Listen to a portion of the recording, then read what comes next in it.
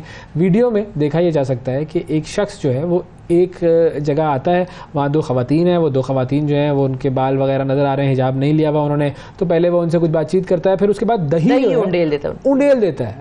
مطلب وہ خواتین جو ہے وہ اس طریقے سے کور نہیں تھی, اس نے شاید سمجھانے کی کوشش کی, ان سے بات کرنے کی کوشش کی اور پتہ نہیں کیا گفتگو ہوئی, لیکن اس کے بعد اس نے وہ دہی اس پر انڈیل دیا. اب یہاں پر یہ واقعہ ہے کہ ان کا سر کور نہیں تھا, تو یہاں پر آ کر اس نے دہی انڈیل دیا. ویسٹ میں یہ واقعہ ہے کہ جہاں معاملہ ہے کہ جہاں پر سر کور ہوتے ہیں تو وہاں سے اسکارف کھینچ رہے ہیں. مطلب عجیب ایک انٹالرنٹ قسم کی سوسائٹی ہم نے بنا دی ہے اس دنیا کو, اور اس میں بڑی حد تک خیر سیاست بھی انوالوڈ ہوتی ہے. لیکن ایک شخص اب وہاں پر خیر آیا اور اس نے کچھ دیر بحث کی کے بعد جو ہے ہے وہ دونوں کے سر پر یہ دہی ڈھیلنے کا واقعہ جو ہے یہ ہو گیا. اچھا پھر بعد میں اس پولیس نے اس شخص کو اور دونوں خواتین کو گرفتار کر لیا, اور ایرانی صدر جو ہے ابراہیم رئیسی, انہوں نے ویڈیو وائرل ہونے کے بعد کہا کہ ایرانی خواتین کو مذہبی ضرورت کے تحت حجاب پہننا چاہیے. اب آج بات یہ کرتے ہیں کہ اسلام مرد و عورت کے حجاب کے کیا قواعد طے کرتا ہے, اور اگر کسی نے حجاب نہیں کیا تو کیا انڈیویجولی کوئی شخص جا کر اس طرح سے ان کو فورس کر سکتا ہے, یا یہ حکومت کا یا قانون کا کام ہے؟ اس حوالے سے ہم بات کریں گے. مفتی ارشاد احمد ساتھ موجود ہیں. السلام علیکم مفتی صاحب. السلام ورحمۃ اللہ وبرکاتہ. بہت شکریہ سر, آپ نے وقت نکالا پروگرام کے لیے. سب سے پہلے تو تھوڑے سے قواعد و ضوابط جو دین ہمیں بتاتا ہے حجاب کے حوالے سے, وہ اگر آپ ہمارے ناظرین کے لیے واضح کریں. مرد اور عورت دونوں کے لیے. جی آپ کا بھی بہت شکریہ کہ آپ نے اس خوبصورت پروگرام کے ذریعے اس اہم اور مثبت پیغام کو پھیلانے میں مجھے اپنے حصے کا کردار ادا کرنے کا موقع دیا. بہت شکریہ. دیکھیے, اسلام کی تعلیمات کو جب ہم دیکھتے ہیں تو سب سے پہلی بات تو ہمیں یہ مد نظر رکھنی چاہیے کہ اسلام میں کسی قسم کا جبر جائز نہیں ہے, اور اللہ رب العزت نے واضح طور پر ارشاد فرمایا ہے لا اکراہ فی الدین, کہ دین کے اندر کسی قسم کا جبر نہیں. اب سوال یہ ہے کہ یہ جبر کس نوعیت کا ہے جس کی قرآن مجید نفی کر رہا ہے؟ یہ وہ جبر ہے جو کسی کو دین میں داخل کرنے سے متعلق ہے, کہ کسی کو زبردستی مسلمان بنانا, کسی کو زبردستی کلمہ پڑھانا, اور یا اس پر اسے فورس کرنا کہ وہ اسلام کو قبول کرے. یہ جبر کرنا کسی کے اوپر جائز نہیں ہے. اب اس کے بعد ہم بات کرتے ہیں کہ جو اسلام کے احکامات ہیں ان کے نفاذ اور اس کی امپلیمنٹیشن کے حوالے سے یہاں ہمیں اسلام کیا کہتا ہے. تو یہ بات بالکل واضح ہے کہ اسلام کے جتنے احکامات ہیں ان کے نفاذ کے لیے اللہ رب العزت نے انڈیویجولز کو مکلف نہیں کیا, بلکہ ریاست کو مکلف بنایا ہے کہ وہ تمام شرعی احکامات کو نافذ کرے اور نافذ کروانے کے لیے اہتمام کرے. اور جب ریاست بھی شرعی احکامات کو نافذ کرنے کے لیے اقدامات کرے گی تو پھر اس کو آقا علیہ الصلوۃ والسلام کی سیرت سے اور خلفائے راشدین کی سیرت سے اس کو ایک اسٹریٹجی اخذ کرنا ہوگی کہ اس نے اسلامی احکامات کو کیسے سٹیپ بائی سٹیپ, اور کن چیزوں کو پہلے اور کن چیزوں کو بعد میں, اور کیسے ان کے نفاذ کو یقینی بنانا ہے اور اس کے عمل درآمد کو یقینی بنانا ہے. اب جہاں تک بات ہے عورت کے پردے کی, اس میں ہم عام طور پر جب پردے کی بات کرتے ہیں تو صرف عورتوں کو پردہ کرنے یا چہرہ ڈھانپنے یا اپنا سر ڈھانپنے یا چادر اوڑھنے یا کسی بھی نوعیت کا کپڑا اوڑھنے کا حکم دیا جاتا ہے اور اس کی بات کی جاتی ہے, مگر قرآن مجید نے ایک مردوں کے اوپر بھی پابندی لگائی, اور مردوں کو یہ کہا ہے کہ سب سے پہلے وہ اپنی نگاہوں کو نیچے کر لیں جب عورتیں ان کے سامنے آئیں. یہ نہیں ہو سکتا کہ عورت کو تو شریعت حکم دے رہی ہے کہ آپ پردہ کریں اور مرد کو کھلے عام اجازت دے دی جائے کہ وہ جیسے چاہے عورت کو سر سے لے کر پاؤں تک سکین کرنے کی پوری طرح سے کوشش کرے. یہ بھی اسلام کے حیا کے تقاضوں کے خلاف ہے. تو مردوں کو اپنی نگاہیں نیچی رکھنی ہیں جب عورت ان کے سامنے آئے, اور حیا سے اور شریعت کی پاسداری سے پیش آنا ہے. اور عورتوں پر لازم ہے کہ وہ اپنے جسم کو ڈھانپیں. اب جب ہم جسم کو ڈھانپنے اور پردہ کرنے کے احکامات کا جائزہ لیتے ہیں تو میں یہاں پر یہ بات عرض کرنا چاہوں گا کہ قرآن مجید کی کم و بیش 7 آیات مبارکہ ہیں جن سے بالواسطہ اور بلا واسطہ عورت کے پردے کا حکم ثابت ہوتا ہے.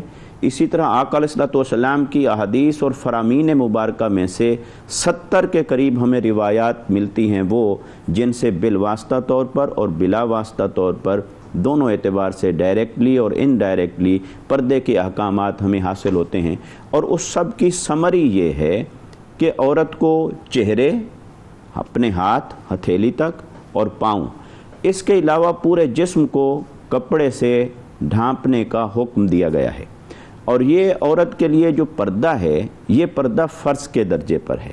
اب اس فرض کے اوپر پہلے تو عورت کو خود موٹیویٹ کیا جائے گا کہ وہ اللہ اور اس کے رسول صلی اللہ علیہ وسلم پر ایمان رکھتی ہے لہٰذا وہ اللہ اور اس کے رسول کی جو حدود و قیود ہیں، لیمیٹیشنز ہیں، ان کو اپنائے اپنی زندگی کے اندر. تو سب سے پہلے تو ان کو ایجوکیٹ کیا جائے گا، انہیں موٹیویٹ کیا جائے گا، اور ریاست کی ذمہ داری ہے کہ وہ ایسا کلچر ڈیولپ کرے کہ جہاں پر عورتیں بھی اور مرد بھی اپنے اپنے اعتبار سے شرعی احکامات کے اوپر عمل کر سکیں، اور پھر جہاں کہیں اسے ضرورت پیش آئے گی تو وہ حکماً اس کو نافذ بھی کرے گی. تو پردے کا حکم جب ریاست نافذ کرے گی تو خواتین پر کم سے کم پبلک پلیسز کے اوپر پھر پردے پر عمل درآمد کرنا لازم ہو جائے گا.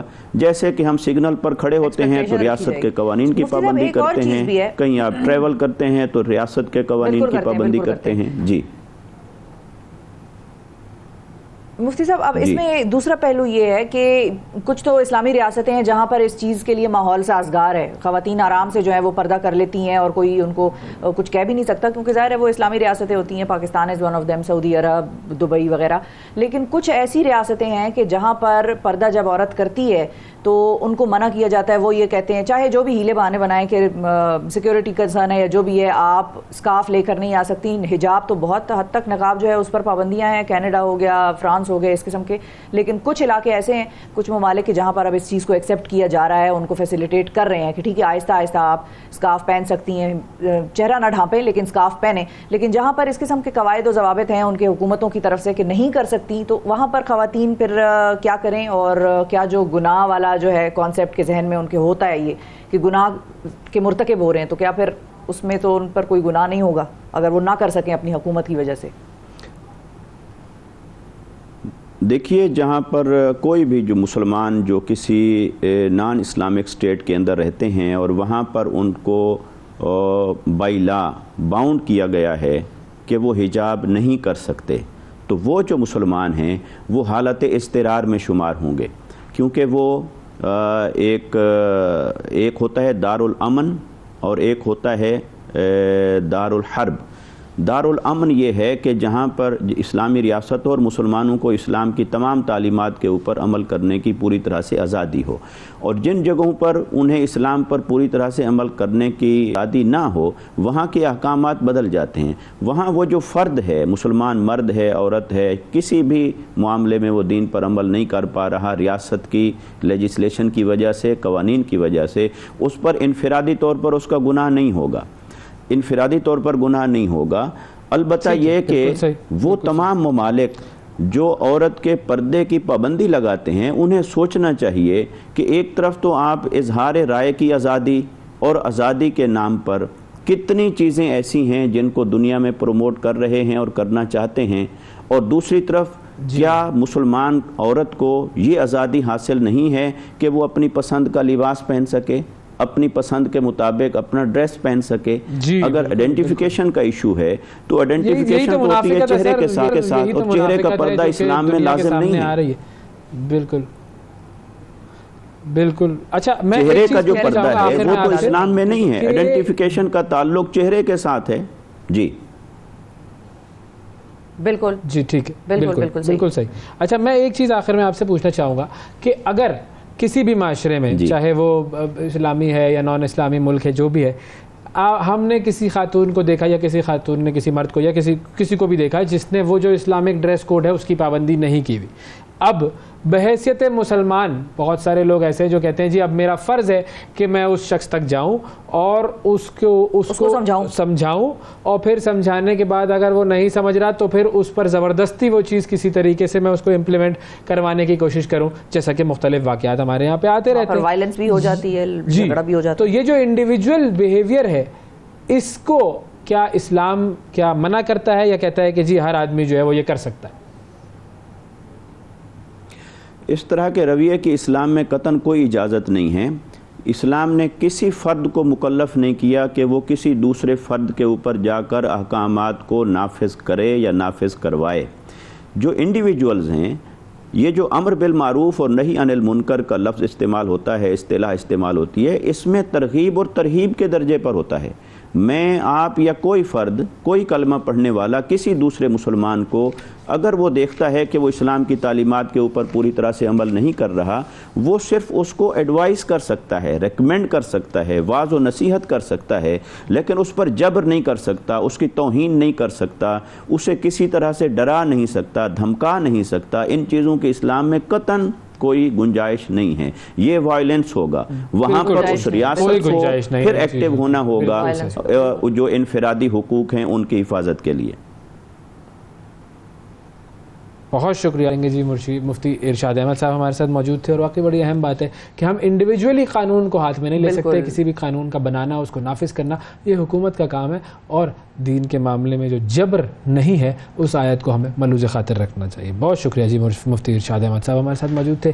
اب ایک اور مرحلہ ہے، وہ مرحلہ ہے جی نعت سننے کا، نعت سننے کا بھی اور نعت کو سمجھنے کا بھی اور اردو سیکھنے کا بھی۔ کل آپ نے ایک نعت کا ذکر کیا تھا، فاصلوں کو تکلف، بہت ہی زبردست، بہت ہی خوبصورت کلام قاری وحید بچے بڑے بڑے کے زبان زدیام ہے، کیا خوبصورت کلام، خوبصورت آواز انداز، قاری وحید ظفر قاسمی صاحب، بالکل، اور کیا شاعری، مطلب کیا ہی شاعری نا، بس گم جائے ہو جائیں آپ اس کے اندر، اور وہ جو اس کی فیل ہے کہ اگر فاصلے زیادہ ہیں، اگر ہم وہاں جا نہیں سکتے، ہم بھی بے بس نہیں ہیں، پھر جی ہم بھی پھر پوری کوشش کریں گے۔ ہماری نسبت کس سے ہے؟ بالکل نبی اکرم صلی اللہ علیہ وآلہ وسلم سے۔ پھر آگے آپ سنیں کہ سر جھکانے کی فرصت نہیں ملے، اگر مطلب فرصت نہ ہو ابھی کہ سر جھکائیں تو خود ہی آنکھوں سے سجدے، سر جھکانے کی فرصت ملے گی کسے، کون ہوگا، مطلب یہ سوچے کہ سر جھکایا جائے، مطلب ابھی تو آپ اس میں کھوئے ہی ہوں گے اس منظر میں، اور آنکھوں سے سجدے کر دیں گے ہم، آنکھوں سے جو آنسو نکلیں گے وہ آنکھوں سے سجدے ٹپک جائیں گے۔ کیا خوبصورت شاعری،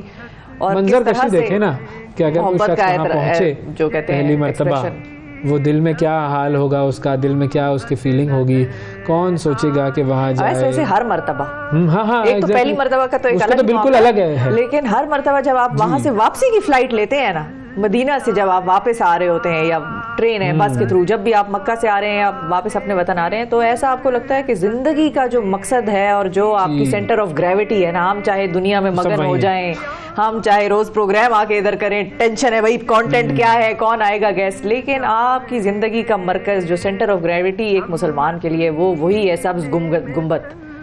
اور مطلب آپ جب واپس آتے ہیں ادھر آپ کو دکھ ہو رہا ہوتا ہے کہ ہم جا رہے ہیں اور پتہ نہیں پھر کب آ سکیں۔ بالکل بالکل، بہت زبردست الفاظ کا استعمال، اقبال عظیم صاحب کی یہ شاعری ہے، کیا ہی شاعری، خوبصورت شاعری، خوبصورت کلام لکھا، بھٹک جائیں گے پرپسلی، جس کو آپ کہتے ہیں نا کہ جان بوجھ کر آپ، میں چاہتا ہوں کہ میں بھٹک ہی جاؤں وہاں پہ، مجھے کوئی ڈھونڈے نا۔ کیوں؟ کیونکہ گلیوں میں بھٹکنا جو ہے وہ آپ کو نئی نئی اس جگہ سے آشنائی دیتا ہے، آپ اس جگہ کو ایکسپلور کر رہے ہوتے ہیں، آپ اس جگہ کو دیکھ رہے ہوتے ہیں، کیا کیا یہ وہ جگہ ہے جہاں حضور صلی اللہ علیہ وآلہ وسلم چلا کرتے تھے، یہ وہ جگہ ہے جہاں ان کے قدم پڑے ہوں گے، تو آپ قصدن وہاں پر بھٹکتے ہیں۔ اور مجھے تو اس کا ایک اور مطلب بھی لگتا ہے کہ قصدن میں اس لیے بھی بھٹکوں کہ اپنے گھر والوں سے مل جاؤں گا تو وہ کہیں گے واپس چلو بھائی، اب تو واپسی کا بھی وقت ہے ایک، تو وہاں پر بس بھٹک ہی جائے کہ واپس نہ آنا پڑے۔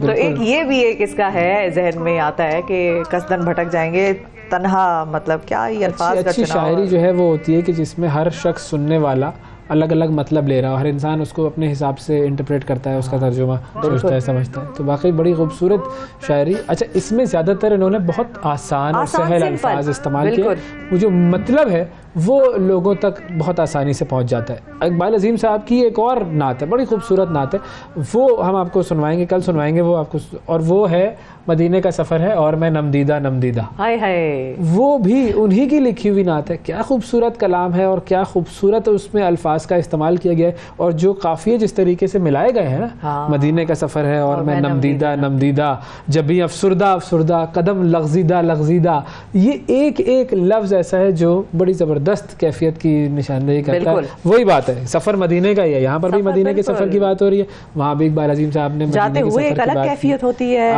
ایکسائٹمنٹ کی، ڈر کی، رونگٹے کھڑے ہونے کی، واپس آتے ہوئے ایک الگ کیفیت ہوتی ہے، خوف کی کہ پتہ نہیں پھر کبھی آنا نصیب ہو نہ ہو۔ اللہ تعالیٰ ہمیشہ ہمیں اس در کی حاضری نصیب فرمائے۔ ایک وقفہ لیتے ہیں، وقفے کے بعد دوبارہ حاضر ہوتے ہیں۔ صبح سویرے پاکستان، صبح سویرے پاکستان، صبح سویرے پاکستان۔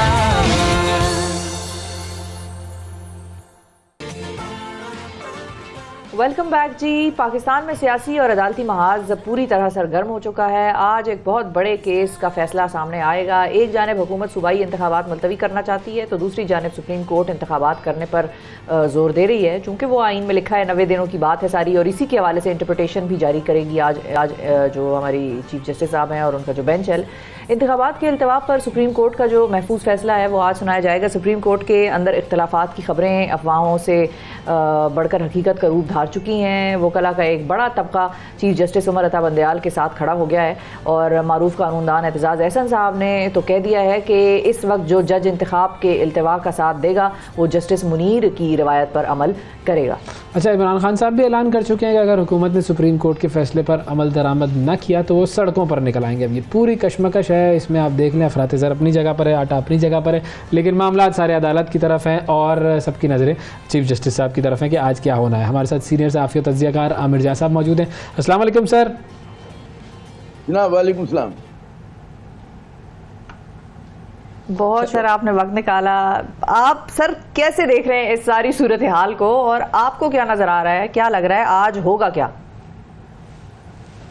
بھائی کہتے ہیں جتنا بیشتر پاکستانی حیران و پریشان ہیں تو میں بھی بہت حیران و پریشان ہوں, کیونکہ واقعی صورتحال مطلب ہے کہ مذاق کے برطرف اتنی پیچیدہ ہو چکی ہے اور اس ریاست کے لیے اور پاکستانیوں کے لیے اتنی میں سمجھتا ہوں کہ مخدوش ہو چکی ہے. کیونکہ جن لوگوں کو مسئلہ حل کرنا ہے, آپ سوچیں دنیا میں کوئی بھی ملک جو ہے اگر آپ کہیں جی تواتر سے سیاسی عدم استحکام کا شکار رہے تو کہاں جاتا ہے. تمہاری ریاست جو ہے 1 برس سے اوپر کا عرصہ ہو گیا ہے کہ سیاسی عدم استحکام اور خلفشار ہے, یہاں پر جوتوں میں دال بٹ رہی ہے. پھر ہم دیکھتے ہیں کہ جن کہتے ہیں نا کہ اداروں کو, حکومت کو مسئلوں کو حل کرنا چاہیے, آپ لگتا ہے کہ وہ محاذرائی بڑھا رہے ہیں اور وہ تلے بیٹھے ہیں کہ جناب ہمیں کہتے ہیں قانون کے نام پہ لاقانونیت کرنی ہے, آئین کے نام پر آئین شکنی کرنی ہے. ورنہ آپ مجھے بتائیے کہ کون سا مطلب ہے کہ جو جس طرح سے الیکشن سے فرار کی لوگ بات کر رہے ہیں اور صرف اس لیے کر رہے ہیں کہ انہیں اپنی سیاسی موت نظر آ رہی ہے, تو نہ وہ آئینی ہے نہ وہ قانونی ہے. اور یہ سمجھ سے بالا تر ہے کہ ان لوگوں نے مطلب ہے کہ حزب سابق جو نون لیگ کی سیاست رہی ہے آج سے نہیں ہمیشہ سے, کہ عدالت کو تقسیم کرو, ججز کو انفلوئنس کرو, ان کو دھمکی دو, دھونس دو, دباؤ ڈالو, تو اسی چیز کو آپ ان لوگوں نے جاری و ساری رکھا ہوا ہے. 97 میں بھی یہ کیا تھا سجاد علی شاہ صاحب کے ساتھ. اچھا سر, میں یہ چاہوں گا کہ یہ جو آپ نے ہسٹوریکل بات کی ہے تھوڑا سا اگر ہمارے ناظرین کی یاد دہانی کے لیے کہ کب کیا کیا ہوا. 1997 کی اکثر بات کی جاتی ہے, جسٹس منیر صاحب کی بات کی جاتی ہے, تھوڑا سا اگر ہمارے ناظرین کو آپ ایک ہسٹوریکل وہ لیسن ذرا پڑھا دینا, ریوائز ہو جائے گا کہ پہلے کیا کیا ہوا تھا. پڑھانے کی ضرورت نہیں, صرف دہرانے کی ضرورت ہے. ایک چودھری شجاعت حسین مطلب اس ملک کے بڑے مطلب ہے نامور سیاستدان, ان کی کتاب ہے سچ تو یہ ہے. اچھا, اس کتاب میں انہوں نے بڑے مزے کا یہ پورا واقعہ لکھا کہ کس طرح سے 97 کے اندر جو ہے سپریم کورٹ آف پاکستان پر حملے کی منصوبہ بندی کی گئی. اور بقول ان کے اس زمانے میں وہ انٹیریئر منسٹر تھے کہ انہوں نے آئی جی کو کہا کہ جناب آپ حفاظت کریں. ظاہر ہے کہ آئی جی جو تھا وہ پرائم منسٹر کے انفلوئنس میں تھا. تو آپ, لیکن ہم کو یہ بھی پتا ہے کہ جناب نزلہ جو گرا تھا 4 لوگوں پہ گرا تھا. پھر جب حملہ ہو چکا تھا طارق عزیز صاحب پر, چودھری اختر رسول صاحب پر, کوئی معراج الدین صاحب ہوتے تھے, منیر صاحب پہ نا. حالانکہ منصوبے کی جو کہتے ہیں کہ اس میں سب سے سرخیل تھے, سب سے آگے تھے, وہ شہباز شریف صاحب تھے. انہوں نے باقاعدہ اعلان کر رہے تھے کہ جناب پنجاب ہاؤس میں ٹیمیں بھرے نانوں کا جو ہے وہ ہے بندوبست کیا گیا ہے. یہ تو خیر مذاق کے علاوہ ایک بات ہے, لیکن یہ انہوں نے کہا تھا. اور اس کے نتیجے میں ہم نے دیکھا کہ اس میں گھسے وہ لوگ, ان کے جو کارکن تھے, اور معزز ججز کو پچھلے دروازے سے فرار ہونا پڑا. کیس سنتے ہوئے انہوں نے چھوڑے اور بھاگ گئے. نواز شریف صاحب نے اس وقت پھر یہ زور دیا کہ اس سے پہلے کی اگر پک اپ کے انہوں نے ایک تو ان کے فون ٹیپ کرانے شروع کر دیے تھے سجاد علی شاہ کے. انہیں پتہ چلا تو پریس کانفرنس کرنے کے لیے گئے تو یہ ہوتے تھے انور ایڈوکیٹ ہوا کہ خالد انور ایڈوکیٹ, اور انہوں نے جا کر چودھری شجاعت نے ان کی خوشامد کی کہ خدا کے لیے اس کی پریس کانفرنس مت کریں, یہ تو بڑا ایک وہ ہو جائے گا, حکومت کے لیے امبیرسمنٹ ہوگا. لیکن انہوں نے وہ دکھایا ڈیوائس جو ان کی بیڈ روم میں چھپایا گیا تھا ٹیلی فون کے پاس. یہ دوسری بات ہوئی. پھر نواز شریف صاحب نے ایک عجیب و غریب خواہش کا اظہار کیا گوہر ایوب صاحب سے, جو قومی اسمبلی کے اسپیکر ہوتے تھے. اس چیز کا تذکرہ اس کتاب میں بھی اور گوہر ایوب کی جو خود نوشت ہے اس میں بھی ہے. ان سے انہوں نے کہا کہ جناب گوہر ایوب صاحب کوئی ایسی ترکیب کریں کہ کسی کمیٹی میں بلائیں چیف جسٹس کو اور ان کی سرزنش کروائیں. انہوں نے کہا جناب ہمارے پاس ایسے کوئی مطلب آئینی اور قانونی راستہ نہیں کہ ہم انہیں بلا سکیں. انہوں نے پھر بھی زور دیا. تو خیر گوہر ایوب ایک مطلب انہوں نے اس بات کو ٹالا, تو وہ کہتے ہیں آئیے میرے ساتھ گاڑی میں بیٹھ جائیں. گاڑی میں بیٹھے تو گھٹنے پہ ہاتھ رکھ کے کہا یار کوئی ایسی ترکیب کریں کہ کم از کم ایک رات کے لیے چیف جسٹس کو جیل میں ڈال دیا جائے, سلاخوں کے پیچھے ہونا چاہیے. اب یہ اگر میں کہتا ہوں کہ اگر آپ کو حال کو سمجھنا ہو تو ماضی کو دیکھیں, ٹھیک ہے نا. اور یہ مطلب میں گھڑ کے نہیں کہہ رہا ہوں, یہ بات یہ کتابوں میں مستند ہے, دوسروں کے ریفرنس سے دکھا سکتے ہیں آپ. تو جناب جب ایک مطلب ہے نا کہ اگر آپ کو آج کو سمجھنا عامر صاحب میں قطع کلامی جی مزید بھی اس پر بات کریں گے ہم. شہری رحمان صاحب پاکستان پیپلز پارٹی کے سینئر رہنما اور وفاقی وزیر وہ ہمارے ساتھ موجود ہیں. میں چاہوں گا ان سے ذرا رائے لے لی جائے. السلام علیکم. السلام علیکم میم. جی السلام علیکم. تھینک یو میم, بہت شکریہ آپ کا وقت دیا آپ نے. تھوڑا سا اگر ہم آپ سے بھی سمجھنے کی کوشش کر لیں, آپ نے بھی ظاہر ہے اس دشت کی سیاحی میں بڑا وقت گزارا ہے. بالکل, آپ کل موجود تھی وہاں پہ سپریم کورٹ میں. کل ایک انٹرسٹنگ سٹیٹمنٹ آئی بلاول بھٹو صاحب سے, ان کے حوالے سے بڑی چمگوئیاں میڈیا پہ چل رہی ہیں. کچھ لوگ کہہ رہے ہیں آؤٹ آف کانٹیکسٹ لیا جا رہا ہے, جس طرح سے میڈیا پہ وہ چلائی جا رہی ہے کہ مارشل لاء لگ سکتا ہے. اور ایک طرف بلاول بھٹو صاحب کی وہ سٹیٹمنٹ بھی ہے, وہ بھی آن دا ریکارڈ ہے, کہ وہ کہتے ہیں کہ ہم کسی طرح بھی پیپلز پارٹی کبھی بھی الیکشنز یا آئین کی خلاف ورزی نہیں کرے گی اور الیکشنز کے التوا کو سپورٹ نہیں کرے گی. تو ایک طرف یہ سٹیٹمنٹ اور پھر دوسری طرف وہ مارشل لاء والی. تو کیا از اٹ ہز انالیسز یا وہ تنبیہ کر رہے ہیں یا وہ صرف بتا رہے ہیں کہ یہ ہو سکتا ہے؟ جی گزارش یہ ہے کہ انہوں اس میں ایکچولی کوئی تضاد نہیں ہے. اگر آپ دیکھیں صورتحال کو, انہوں نے اور پیپلز پارٹی کی پوزیشن ظاہر ہے یہ ہے, آپ 4 اپریل ہے آج, یہ بالکل بانی ہے اس آئین کی جس نے ملک کو مشکل حالات میں جوڑ کے رکھا زنجیر کی طرح. لیکن یہ کوئی ایسا مسئلہ نہیں تھا. ان کا کہنا یہ ہے کہ ہم بالکل پاسداری کریں آئین کی, لیکن یہ کانسٹیٹیوشنل کرائسس بننے کی ضرورت تو نہیں تھی نا. یہ اگر اعلیٰ عدالتیں ذرا بھی جوڈیشیسلی اس ایشو کو دیکھتی ہیں اور وہ موٹو لے کے بیٹھ گئی ہیں الیکشن کمیشن کے کیپیسٹیز اور مسئلوں کو دیکھنے کے لیے, اور کتنا آگے ہو جاتا جی, مطلب 2 یا 4 مہینے سے آگے تو نہیں ہونا تھا. پہلے ہو چکا ہے 2 دفعہ ایسے, جب شہید محترمہ کی شہادت ہوئی تھی تب بھی ہوا تھا, ایک اور دفعہ ہوا تھا.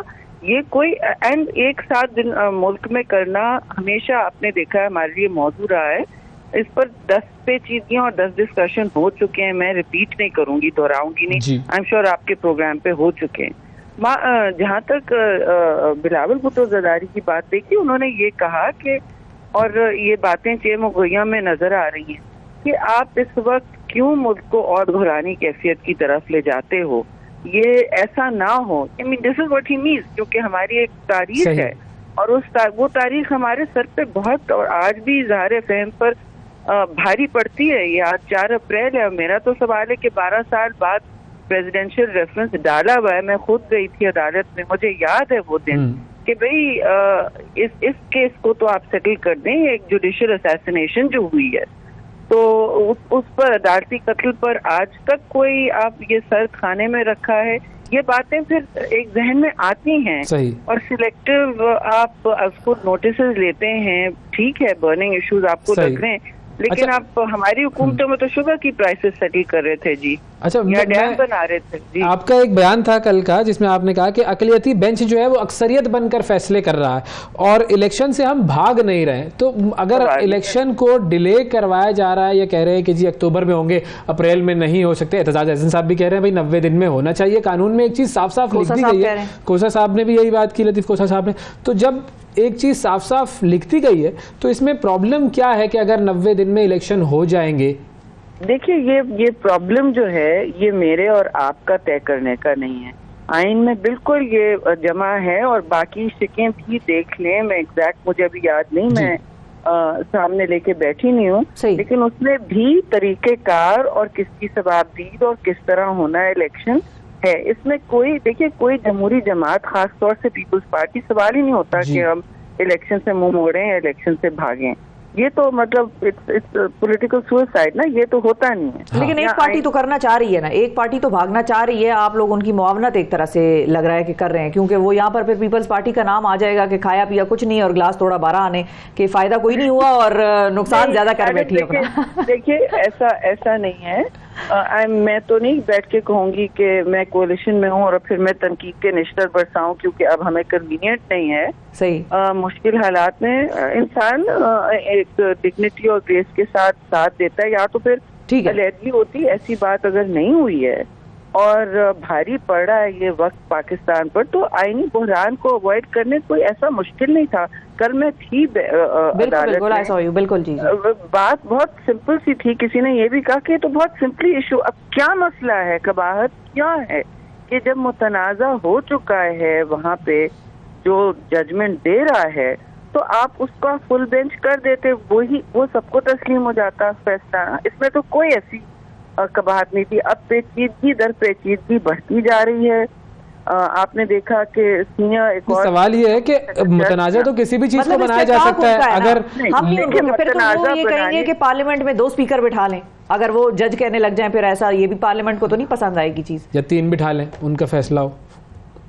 یہ دیکھیے کیبنٹ میں بھی فیصلے اجتماعی ہوتے ہیں جبکہ کرنا ضروری نہیں ہوتا, لیکن جو چیف جسٹس ہیں وہ اس طرح کے سربراہ نہیں ہیں جیسے کہ وہ ایک ایپیکس باڈی میں ہوں. He has to work correctively. یہ وہاں کا ایک طور طریقہ ہے. اب تو سپریم جوڈیشل کاؤنسل کی بینچ کے اندر سے کالیں آ رہی ہیں جی, ججز ڈیمانڈ کر رہے ہیں میٹنگ کی. تو کیوں آپ عدالتوں کو جو سالس بن سکتا ہے وہ سالس نہ بھی ہو, لیکن ان کا ایک کردار ہے, ان کی ایک ساکھ ہونی ہے اور وہ ابو دا فرے ہونا ہوتا ہے جی.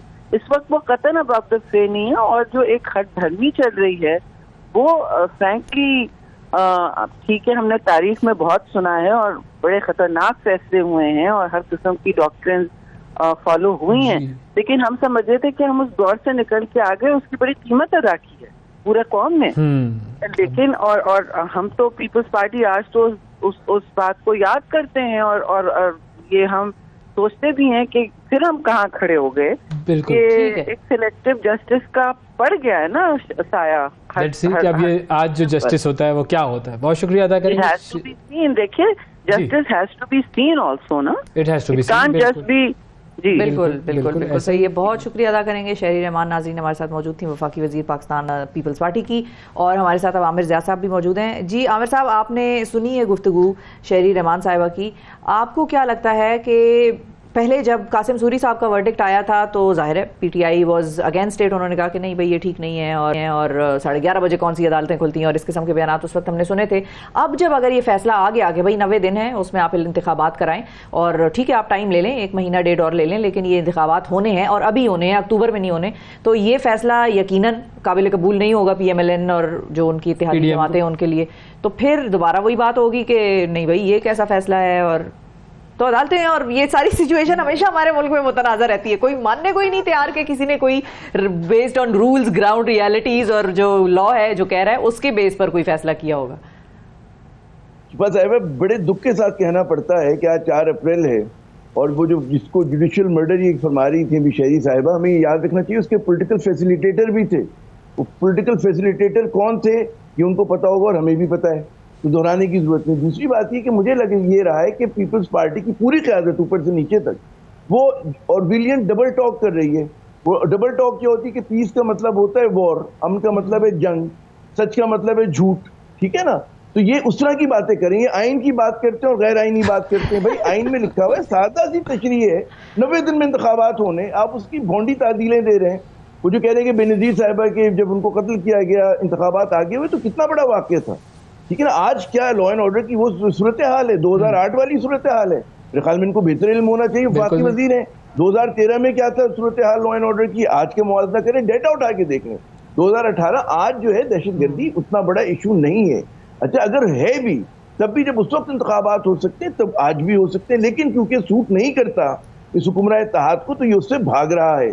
اچھا اسی طرح تعدیلیں دے رہے ہیں کہ جی پیسے نہیں ہیں آپ کے پاس, وہ فلاں اسکیم کے لیے ہے کہ 73 ارب روپے آپ نے الوکیٹ کیے ہیں سڑا ہوا آٹا لوگوں میں بانٹنے کے لیے, جس میں 20 جانیں جا چکی ہیں, اس کے لیے پیسے ہیں آپ کے پاس. لیپ ٹاپ اسکیم چل رہی ہے کے لیے پیسے ہیں, ہے نا, اور پتہ نہیں کیا کیا اسکیم, لیپ ٹاپ کی اسکیم چل رہی ہے. تو 20 ارب, اور وہ کوئی آپ اپنی جیب سے دیں گے, ٹیکس پیئر کی منی ہے, ایلوکیشن ہوتی ہے اس چیز کی, آپ کو دینا پڑے گا, دینا چاہیے. تو بات یہ ہوتی کہ یہاں پر یہ ہیلے بہانے ہیں پاکستان پیپلز پارٹی کو. دکھ کی بات ہے مجھے کہ جناب اس کی پارٹی کی قربانیاں کسی زمانے میں رہی ہے. یہاں کے ورکرز کا ایک رومانس ہوتا تھا, یہ لوگ کہتے تھے ہم آئین اور جمہوریت کی بالادستی کے لیے بات کر رہے ہیں, لیکن ذوالفقار علی بھٹو کی جو پارٹی ہے وہ تو پتہ نہیں کہاں کھو گئی ہے, کن مطلب ہے کس اس کے اندر کھو گئی ہے. اچھا سر ایک چیز میں پوچھنا چاہوں گا, اگر سپوز اگر انتخابات اکتوبر میں ہوتے ہیں, ہم اب تو چلیں سب اپریل کی بات کر رہے تھے نا, اگر اب انتخابات اپریل میں ہوتے ہیں تو اکتوبر میں اگر انتخابات ہوتے ہیں تو کیا فائدہ ہوگا پی ڈی ایم کی حکومت کو اور کیا نقصان ہوگا پی ٹی آئی کو؟ میں آپ کو یقین دلاتا ہوں کہ اگر ابھی انتخابات ہوئے تو ان کی پوری کوشش ہوگی کہ اکتوبر میں بھی نہ ہو, کیونکہ یہ سر کے بل کھڑے ہو جائیں. یہ 5 مہینے میں جنہوں نے پاکستان اور پاکستان کے عوام کو دکھ دیے ہیں, ان کے مسائل میں اضافہ کیا, اس کو حل نہیں کر سکتے. آپ دیکھیں پچھلے ماہ کا افراط زر جو ہے وہ 35% سے زیادہ تھا. ہمارے یہاں فوڈ انفلیشن 50% سے زیادہ ہے. ہوگا کیا؟ مطلب ہے کہ جس طرح ابھی جوتیوں میں دال بٹ رہی ہے, ملک مزید عدم استحکام کا شکار ہوگا, ہمارے مسائل بڑھیں گے. مطلب اکتوبر میں بھی اگر الیکشن نہیں ہوتے, کوئی بہانہ ہوتا ہے بھائی ابھی بھی خراب ہی ہے, دہشت گردی کی صورتحال ٹھیک نہیں ہے ملک میں, تو پھر آگے کہاں تک یہ گیم جائے گی اور کیسے جائے گی؟ پھر اس ملک کا اللہ ہی حافظ ہے. پھر آپ مجھے بتائیں کہ اگر اس طرح آئین شکنی ہو رہی ہے تو اس ملک میں کوئی سیاسی قوت, کوئی ادارہ, کوئی ایسے لوگ نہیں جو آئین کی بالادستی کے لیے کھڑے ہوں, جو جمہور اور جمہوریت کے لیے کھڑے ہوں. کیونکہ اگر ہم دیکھتے ہیں کہ 13 جماعتیں, اور اس میں بھی مجھے نظر آ رہا ہے کہ لگتا ہے کہ اس کے اندر کچھ کریکس ہوں, لیکن اصل ذمہ داری پاکستان پیپلز پارٹی جو دعوے دار ہے, 4 اپریل کے دن ان کی آج آپ گفتگو سن لیں کہ اس کے اندر کوئی منطق آپ کو نظر آ رہی تھی, کوئی آپ اس میں جو نظر آ رہا تھا کہ بھئی یہ جمہوری جماعتیں اس طرح سے بات کرتی ہیں. ورنہ آپ ہی لوگ کہتے ہیں نا آئین کے خالق, 90 دن آپ ہی لوگوں نے لکھا, 18ویں ترمیم آپ لوگوں نے کی. اس میں جب لکھا ہوا ہے کہ 90 روز میں انتخابات ہونے تو ہونے. پھر دوسری بات یہ کہ جو چیف جسٹس صاحب ہیں یا ان کی جو وہ ہیں, وہ جو کیس سن رہے ہیں وہ حکومت کے خلاف نہیں سن رہے ہیں. وہ یہ کہہ رہے ہیں کہ جی ایک ہم نے آرڈر دیا تھا, اس کی امپلیمنٹیشن کس نے کرنی؟ الیکشن کمیشن آف پاکستان نے کرنی ہے. تو بات ہی کہ یہ تو پی ڈی ایم تو بلا وجہ کود پڑی ہے. ایک بھائی آئینی ایک ذمہ داری اس کو پورا کرنا ہے, الیکشن کمیشن نہیں کرے گا تو ظاہر کوئی تو حکم دے گا اس چیز کے لیے. تو میں یہ سمجھتا ہوں کہ حالات بہت مخدوش ہیں پاکستان کے. پہلے تو انہوں نے بڑی وہ تڑی دکھائی تھی کہ ہم بوائیکاٹ کریں گے, پھر کل چیف جسٹس صاحب نے ان سے پوچھا کہ آپ لوگوں نے تو بوائیکاٹ کیا ہوا تھا, انہوں نے کہا نہیں ہم نے کب کہا, ہم نے تو عدم اعتماد کیا, ہم نے عدم اعتماد. ایک بات مجھے اور کہنے دیں. دیکھیں یہ نون لیگ کی سیاست جو رہی ہے اس زمانے سے اگر میں بات کروں, عدلیہ کو تقسیم کرتے ہیں, یہ لوگوں میں بدعنوانی کے کہتے ہیں بیج بوتے ہیں. یہ تاڑڑ صاحب, رفیق تاڑڑ, جو جن کو بعد میں صدر بنایا گیا, وہ مشہور ہے بریف کیس لے کے گئے تھے, کوئٹہ بھی گئے تھے, پشاور بھی گئے تھے. تاریخ کا حصہ ہے, آپ کی شرمناک تاریخ کا حصہ ہے. تو یہ اسی چیز کو دہرا رہے ہیں. اور آپ دیکھیں کہ عدلیہ تقسیم ایسے ہی نہیں ہو جاتی. یہ جو کچھ ہو رہا ہے اس کے پیچھے کچھ محرکات ہیں, اور آپ چیف جسٹس کی ذات کو نشانہ بنا رہے ہیں. بڑا عجیب و غریب انہوں نے لا جو بدنیتی کے ساتھ پاس کیا کہ اس کی پاورز ڈائلیوٹ کرنے کو, آپ کہہ سکتے ہیں وزیر اعظم جو ہے وہ 2 لوگوں کے ساتھ مل کے ہر چیز کا فیصلہ کریں. اس کی ایک ذمہ داری ہے جناب بینچ بنانا, آپ کیسے اس کو لے سکتے ہیں؟ آپ یہ کہیں جی chief of the army staff ہیں, وہ کوئی اکیلے فیصلہ نہیں کر سکتے, ان کے ساتھ 2 لوگوں کی مشاورت سے کریں گے. کسی کمپنی کا سی او ہے, اس کی کوئی وہ نہیں ہے. تو یہ ہر ادارے میں پھر امپلیمنٹ کر دینا چاہیے اس کو, تاکہ سارے اداروں میں لوگ جو ہے وہ مل بیٹھ کر فیصلے کریں. مل بانٹ کر کیا, مل بانٹ کر تو کھایا جاتا ہے. بہت شکریہ ادا کریں گے عامر صاحب کا, وقت دیا آپ نے. صورتحال ایسی ہے کہ ہم سب جو ہیں وہ عدالت کی طرف ہماری نظریں, دیکھتے ہیں کہ کیا فیصلہ آتا ہے. ناظرین, آج کے پروگرام میں اتنا ہی. آپ سے کل پھر ملاقات کریں گے, اس وقت تک کے لیے اجازت دیجیے. اللہ حافظ. صبح سویرے پاکستان, صبح